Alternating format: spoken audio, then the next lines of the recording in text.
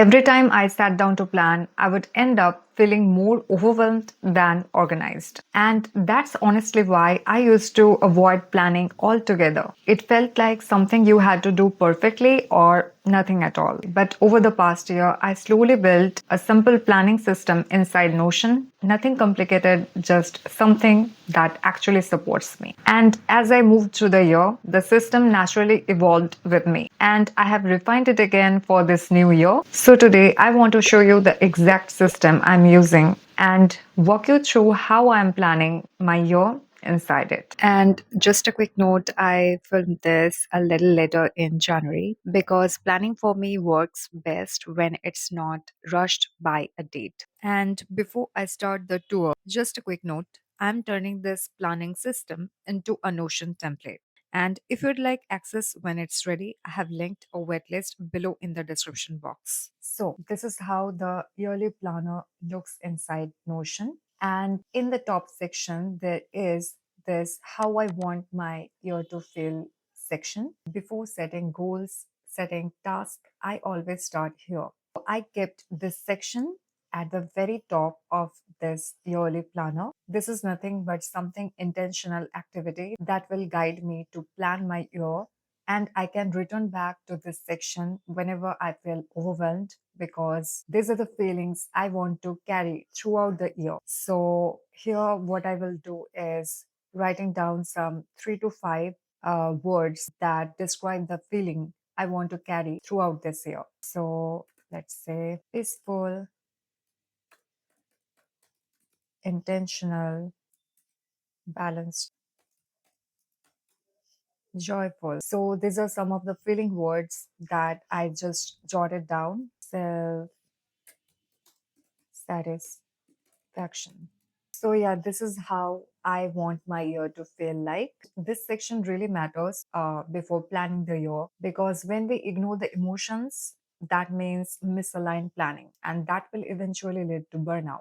On the other hand, when we plan based on our emotions, how we want to feel, that will make our planning much more sustainable, and this will remind us why we started at the very first step.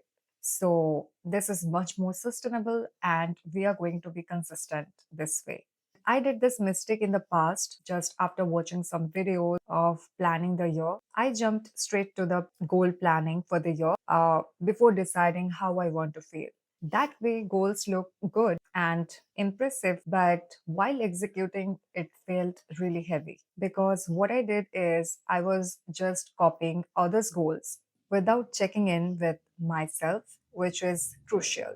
And simple questions like this will make you feel grounded even when everything feels overwhelming, even planning feels overwhelming. So you can take this section as the North Star, which always shows you the direction you want to go. And once I know how I want my year to feel, then next I will move into the goals, but in a very gentle way.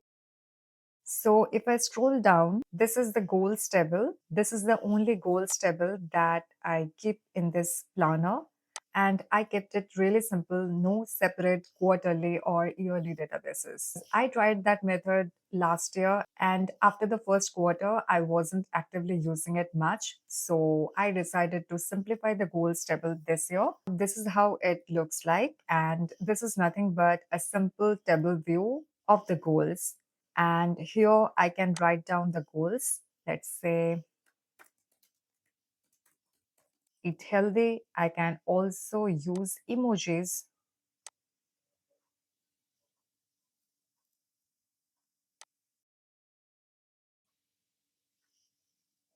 Let's say food.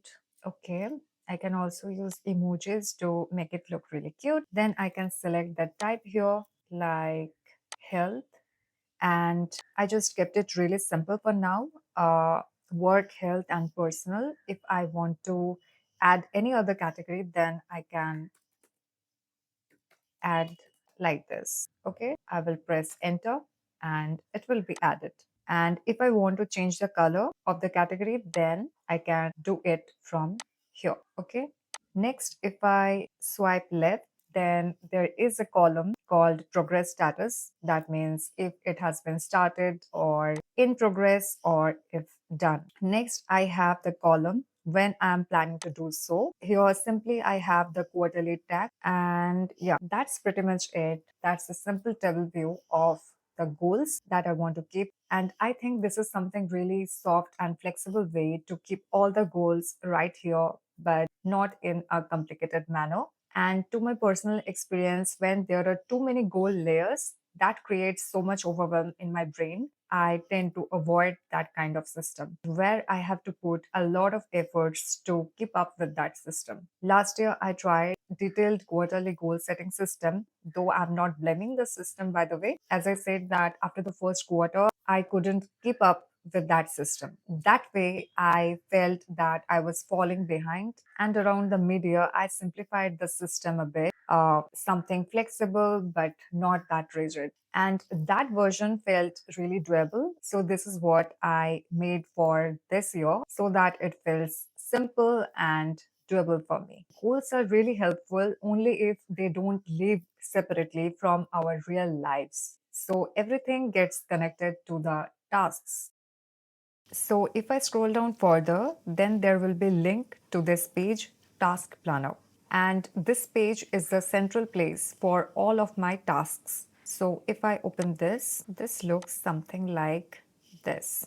There was a calendar widget there. Recently, the site was deleted. The first thing is a button right here at the top so that whenever a task pops in my mind, I can just jot it down right here. New task. I can select the focus area from here, like learning and growth. I can select the focus month, select the priority, and can also select the status. And if I check this captured, then it will be in the relevant section. As I have selected this priority as next up, it will be in my upcoming section. Let me show you. So this is the upcoming task section. As you can see that this task I just added is showing up here. Let me show you again. If I add a task, new task, to select the focus area, let's say learning and growth, and priority as ASAP, and check the captured box, then it will be shown up in my current priorities section. This is it. So as you can see that this is showing up here. So this button feature in Notion actually makes it really simple and easy whenever any task pops in my mind. So now if I scroll down, then the first section will be my current priorities. That means these are the tasks that need to be done as soon as possible. So this is the board view where the tasks are grouped by category to organize them. So I can have the view of the tasks nicely organized. I also like to have the view in the table format, and it looks like this. Okay, so next, if I scroll down, there is the brain dump section. As it says, this is for brain dumping tasks. I can just add a new task from here, whatever comes in my mind. So if I scroll down, the next section will be the upcoming section that need to be done next will show up here. And below that, there is the done section. That means the tasks which already have been completed. So this is how this task planner looks like. I tried to make it really easy and simple so that I can keep up with this system. And this is something you must have because this is the central place where all the daily to-dos sit. If they are scattered everywhere, like I used to do before, I wrote in my notebook, some in the notes app of my phone, maybe I sent the to-dos to me via WhatsApp. So this way, all of the tasks get scattered, and this way it creates mental noise and my brain doesn't know where to focus. So instead of keeping everything here and there, it's always better to have a central place for all of the tasks And also this way I can capture any task without planning them immediately. I can just click this button and the same button goes in the main dashboard of my Notion. This simple step creates so much mental peace and I don't need to carry unnecessary mental load. So I can just jot down any task that pops in my mind and I can plan it later when I have the necessary energy and time to plan it. Okay, so coming to the planning dashboard again. So if I scroll down, you can also see that I have added the button to add new task here as well, so that it's really easy to add a task without going to the page or doing much hassle. I just click the button and it will be straight added to the task planner database. So now if I scroll down, then you will see this section, and this is where the year slowly breaks into real life, quarter by quarter. So these are all about the quarterly toggles, and I don't plan the quarters in detail. Instead, I kept them in the flexible containers like this. To be honest, I tried the detailed quarterly planning system the previous year. Rigid systems like that didn't work for me. So I kept this really simple that is easier to follow. As you can see that there are the quarterly toggles Q1, Q2, Q3 and Q4. I didn't make any separate quarterly dashboard, and as you can see each quarter simply holds the relevant monthly pages, and next to it there is a quarterly reflection page. To make it really simple, to avoid too many pages, I just made a central page for all the quarterly reflections where I can write reflections for each quarter. Because too many pages feels really unnecessary. It might feel aesthetic and nice, but in reality, I don't like to use this many pages. I wanted something that's realistic to follow based on my patterns, because as I said that I don't like to follow rigid systems. So I made this I can actually follow. This system is something that feels simple, easy and doable, and I have been following this system since last 6 months or so, because as I said around mid-year I had to change my system I made at the start of the last year. Inside each quarter I can only focus on 1 month at a time. So inside each quarter, I can only focus on 1 month at a time. And this is where most of my planning actually happens. So let me show you how it looks like. So let's open the January. So what I did is I created separate themes for separate months. As you can see, pink for January, green for February, and yellow for March. Similarly, I have done this for all of the monthly pages. I also customized the icon and the cover to give it a nice aesthetic look. I also pasted images that matches the theme so that it looks really nice. Planning feels fun and exciting. And now inside each monthly page, first there is the focus word or vibe, similar to what we did before planning the year. That means how I want my month to feel like. Next to it, there are the top 3 priorities that I can write. It could be related to personal, work, like that. So next to it, there is this month section. And this is nothing but the filtered view of the same task planner database I showed in the previous step for this month. That means the tasks that were assigned for this month will only show up here. I don't like to overschedule the things. I kept it really simple and flexible because I overplan the months. Then I feel the guilt of not following the system, and that creates overwhelm inside me. And just a quick note, I'm turning this whole system into a Notion template, and you can join the waitlist, which is linked in the description box below, where you will get first access when it's released. So if I couldn't finish one task this month, then what I simply do is going to the task and change the focus month to the next month, which is February. So then what will happen is this task will show up in this month's section of the February month. Honestly, I followed this exact monthly planning system for a while now. I think this is really simple to follow and not creates the overwhelm of over planning the things. And inside each month, I slow down the things even further, week by week, one step without over planning. If I scroll down further, there is the weekly planning system. This section helps me plan realistically, not ideally. So inside the weekly planning system, the first thing is theme of the week that I can choose, whether it's editing or filming or something like this, the main theme of the week. I can also choose the energy intention for the week. Next to it, there are the top three priorities. Ideally, there I should write only top three. And next to it, there is a section for writing any notes or my insight. Beside it, there is a cute puppy gift that I like to keep in my Notion pages. And next to it, there are these two pages that I personalized for myself that I like to keep personal. This is something that I keep reminding myself. And this is what gently shapes how my days will look like.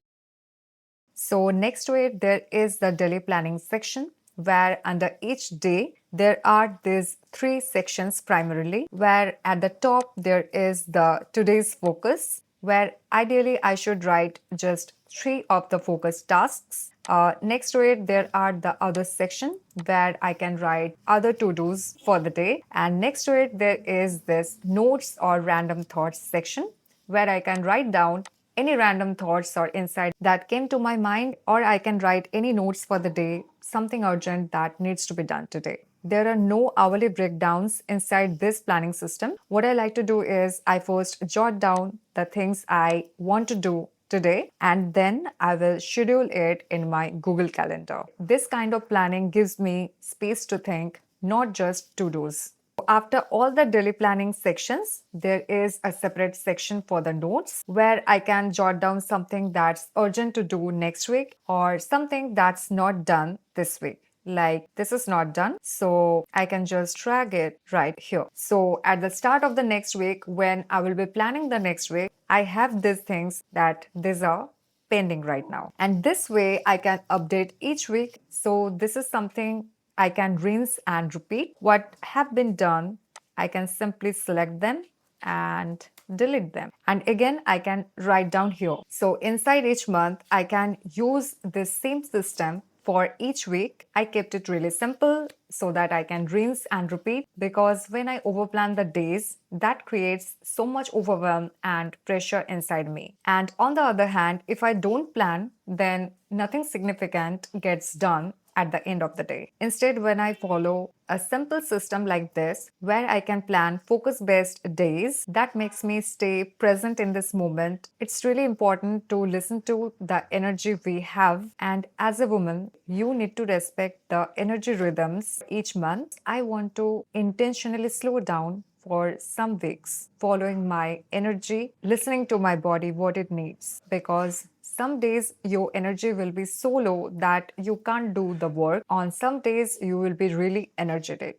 So please don't ignore your energy, because ignoring it will make you plan unrealistically and that will lead to guilt or burnout. Instead, if you plan following your energy, then it will make you plan better and you can do better. And after the month is over, what I can do is simply going back to this month section and update this focus month to the next month, which is February. Then what will happen is it will show up in the February month section. After the month is over, there is a simple reflection space here where I can simply write down my reflections at the end of each month. Similarly for February, okay? So now coming back to the main dashboard again, going to the next page, which is the quarterly reflections page. This page helps me adjust without starting over. And I think reflection is what keeps planning aligned. So what I did is I made this central page for the reflections of every quarter, no separate quarterly reflections page. And as you can see that under each quarter, there is the link to the same central reflections page. There are nothing fancy, just 3 simple prompts. And these are useful for noticing my patterns, adjust my expectations, and reset gently. And if I don't reflect, which I did in the past, there will be no improvement and I will be repeating the same cycle again and again. Instead, when I reflect, that makes me feel aware and I would take better decisions. Going back to the main dashboard again, and at the very end of the year, everything comes together here. So this is the yearly reflection page. Let me open. This looks like this. I tried to make this really nice and aesthetic, pretty like the monthly themed pages. This is something I started doing about 2 years back. And since then, it's been really helpful for starting the new year intentionally. So I added this page again to this year planner. So here are a few simple prompts that I want to reflect on at the end of the year. Again, I kept this really simple, nothing fancy, and just 4 prompts here. And this is not for judging myself, but for learning. Because if I don't reflect on my past, I will carry the old pattern and that will create the same stress inside me. On the other hand, when I reflect on my past, then I can plan my year intentionally.